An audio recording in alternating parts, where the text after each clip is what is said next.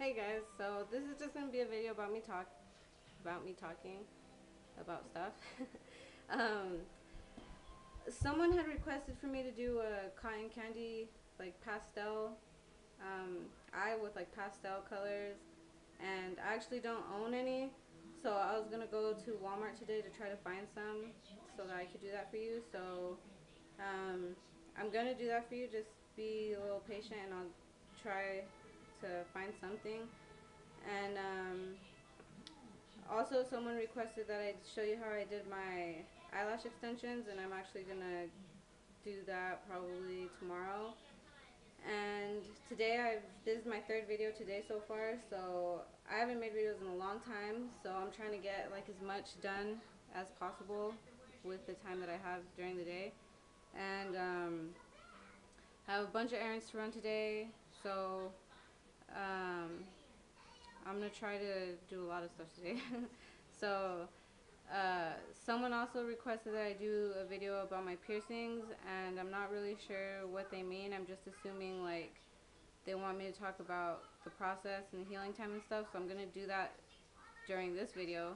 So yeah, I guess I'll just get started with that. So I used to have my snake bites pierced, and like whenever I was in middle school, and I took those out whenever I got my cheeks, and I got my cheeks when I was 17. And um, so yeah, and I used to have my nose too, and I took that out when I got my cheeks too, just because I didn't want my whole face to be covered in metal. So yeah, and I just thought it looked cuter with just my cheeks anyway. So I guess I'll get started with my cheeks. Um, I pierced them myself. Um, I've done all of my piercings myself, so I've had a lot of experience, and I'm not stupid. Like, I've done my research. I had all my products sterilized. I did it in a sterilized environment, and I wore gloves, of course, and everything was clean. So I don't recommend that you pierce yourself. Um, I just know what I'm doing, so that's why I did it. So I pierced them with a what size? 14 gauge needle, I think, or 16. I think it was a 16.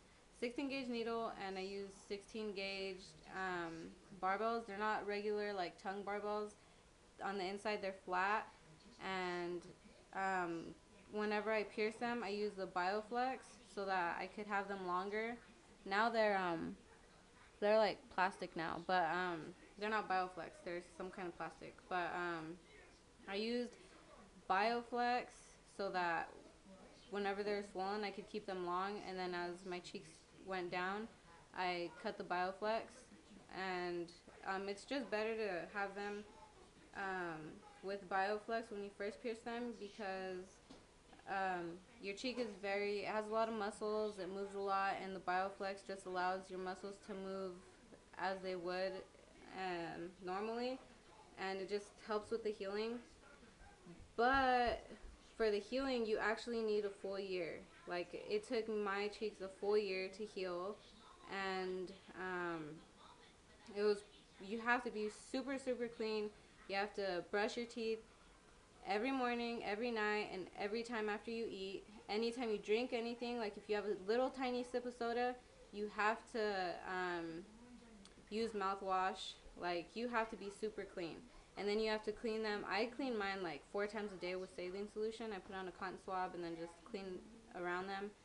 And so yeah, you have to be extremely clean. And that will, it won't really speed up the healing process because it is going to take a full year. But what that will do is cause your swelling to go down and make it so you don't have as much problems.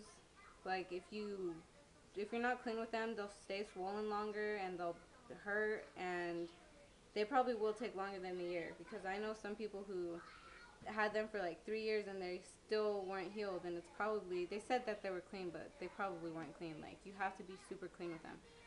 And yeah. The reason why I got mine pierced is because ever since I was little, like, I've always wanted dimples.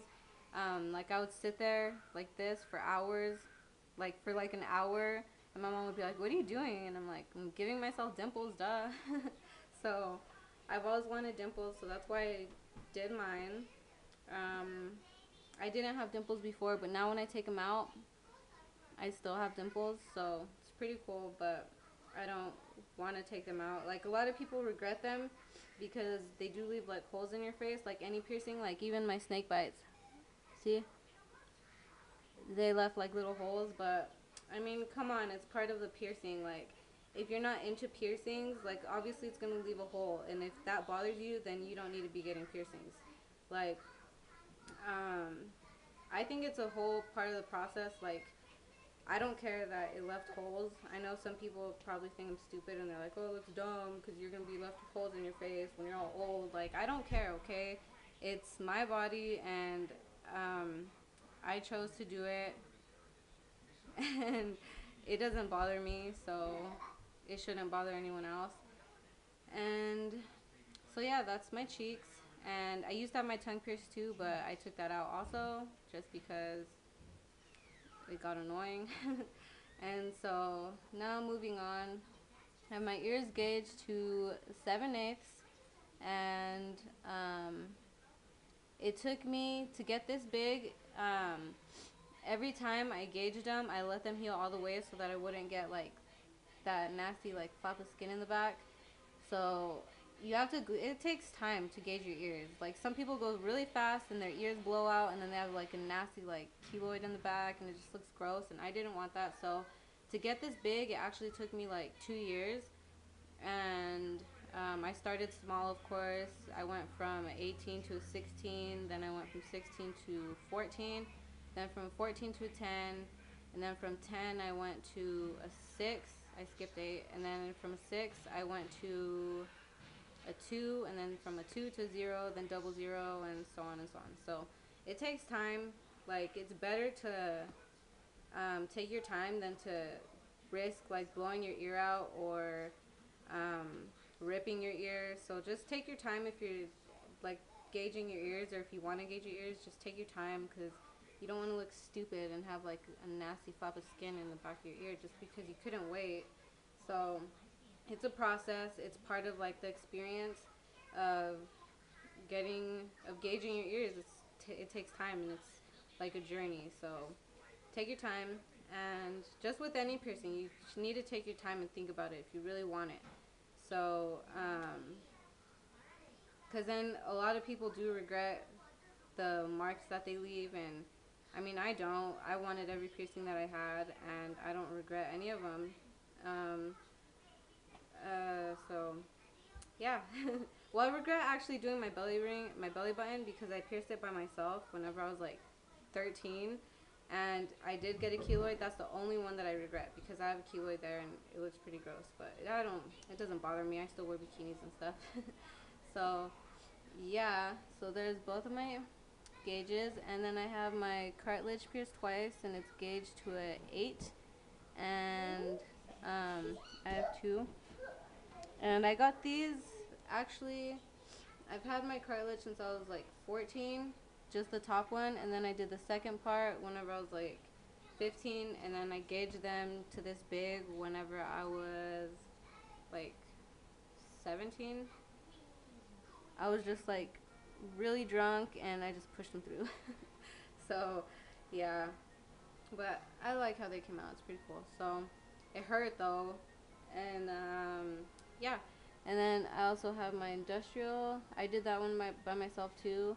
I did it about 3 or 4 months ago, like 4 months ago. And this actually took, like, it got a little bit swollen and it bled a lot, but um, after a week, it wasn't as tender anymore. It takes like 6 months to a year for your cartilage to heal. Like, even these, whenever I gauged them, it still took a whole year for me to be able to like sleep on this ear or play around with them and stuff. And this one, I still, like, if I sleep on it, I'll wake up and it'll be sore, but it's not too bad.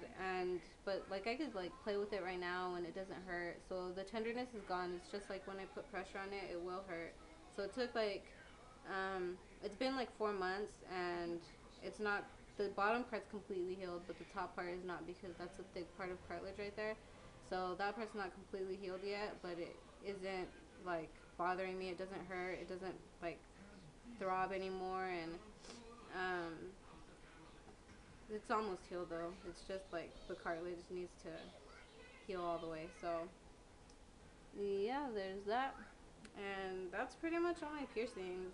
Um, if you have any questions, or if you want to know about the piercings that I used to have, like my snake bites, I pierced those by myself. My nose, I pierced by myself. My tongue by myself.